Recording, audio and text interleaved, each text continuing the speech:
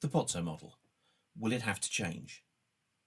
The straightforward answer is that the Pozzo model has already changed several times and will in all likelihood continue to change due to several factors. Let's have a look at the Pozzo model first. The Pozzos trade in players, and for this they look for principally three things. Let's look at those three things individually. Value. Is the player undervalued or underappreciated at their current club?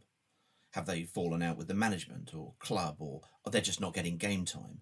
Has somebody suffered from an injury and not recovered to full playing potential, or suffered a loss of form so that his contractual position is weaker and therefore, one, we can sign him, two, for a fee that's reduced or maybe even free, three, his wages are reduced? Is the player in a less glamorous, under-scouted league? Has the player's potential not yet been spotted and therefore his purchase represents good value? Could he add value to the Watford team or squad? Potential.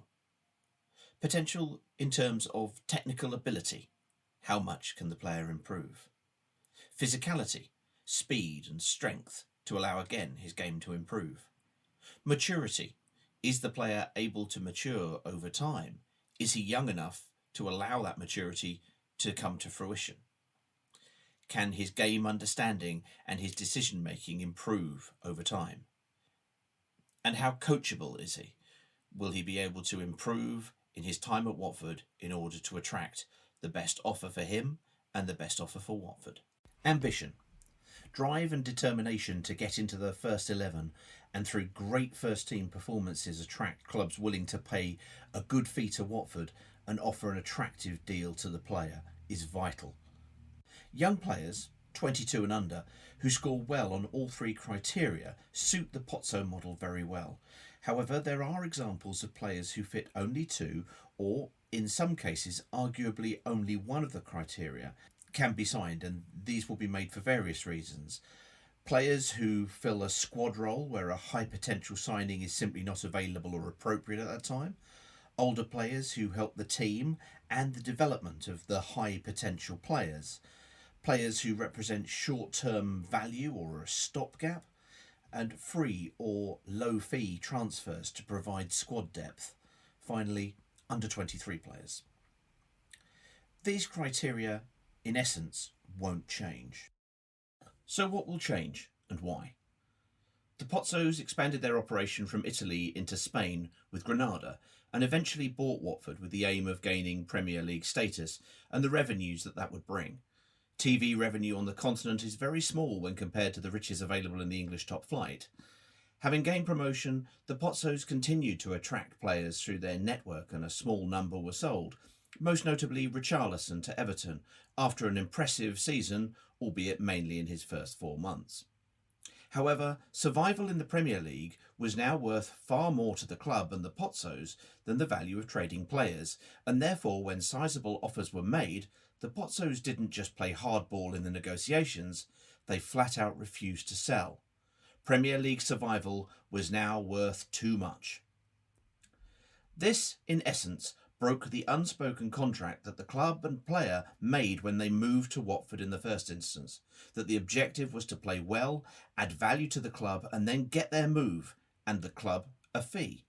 When this happened, even if only slightly, it tainted the ambition, the potential and even the value of some of those high potential players. Players who had previously seemed imperious became unhappy, sulky and unable to turn around their individual performances and the club's season as a whole.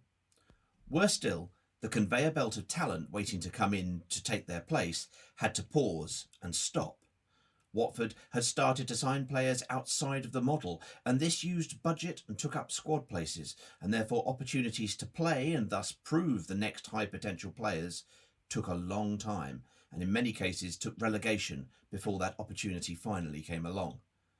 The change will be to get back to and keep to that model, to move players on to bigger, not necessarily better, clubs, and use those examples as the beacon with which to attract the next young, aspirational players, to get them to wear the Watford shirt with drive and ambition.